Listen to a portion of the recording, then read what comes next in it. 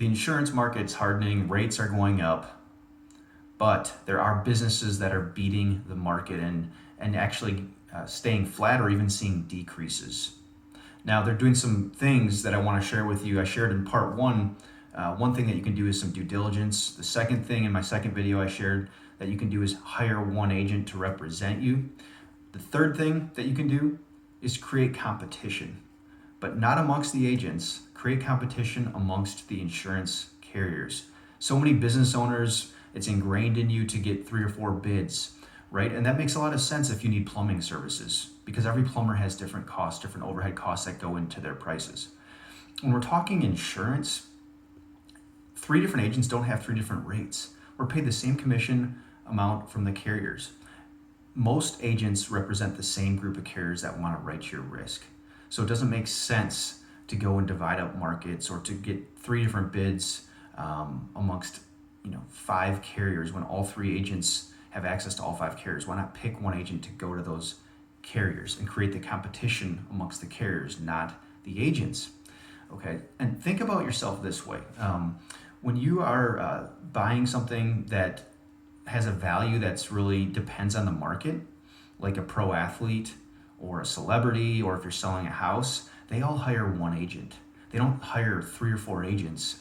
Aaron Rodgers doesn't hire 3 agents to go to 32 teams. He hires one agent. Why? Because that one agent, then he knows all sides of the story. He creates the competition for his client, Aaron Rodgers. Just like you as a business want your agent to create competition amongst the carriers for you, so you can get the best terms and conditions with the best rates, right?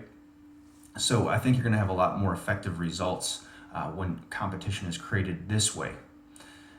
Now, the 3 or 4 companies that have hired me this year that have saved $173,000, we did create competition for them. And actually on 3 of these deals, the incumbent, when we took over, had already kind of let us know well in advance, we're going to be seeing about a 10% increase, market's hardening. We said, okay, that's fine, but we want to let you know we are quoting this deal. Well, as it comes down, as you get down to the end, they always ask, how are we looking? We don't ever, share people's pricing, but we'll share, this is, you're extremely high or whatever the case may be. Well, on 3 of these deals that we created the competition with, actually all 3 ended up staying with their incumbent carrier. Now, 1, we pulled the work comp out, but on 2 other deals, we actually kept them with the incumbent carrier after they told us they'd be going up 8-9%. Well, guess what? When they knew there was competition, they reduced the price and actually saw a reduction in rate because these were good risks. They didn't want to lose them, right? They wanted to hold on to them.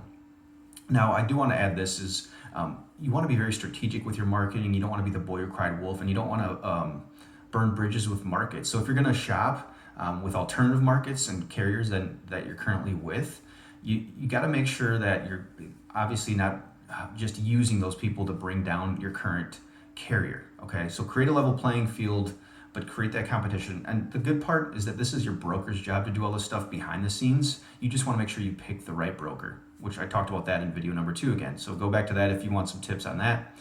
And I appreciate you watching. If you like this, give it a thumbs up, share it with someone. Have a great Memorial Day weekend. Thanks.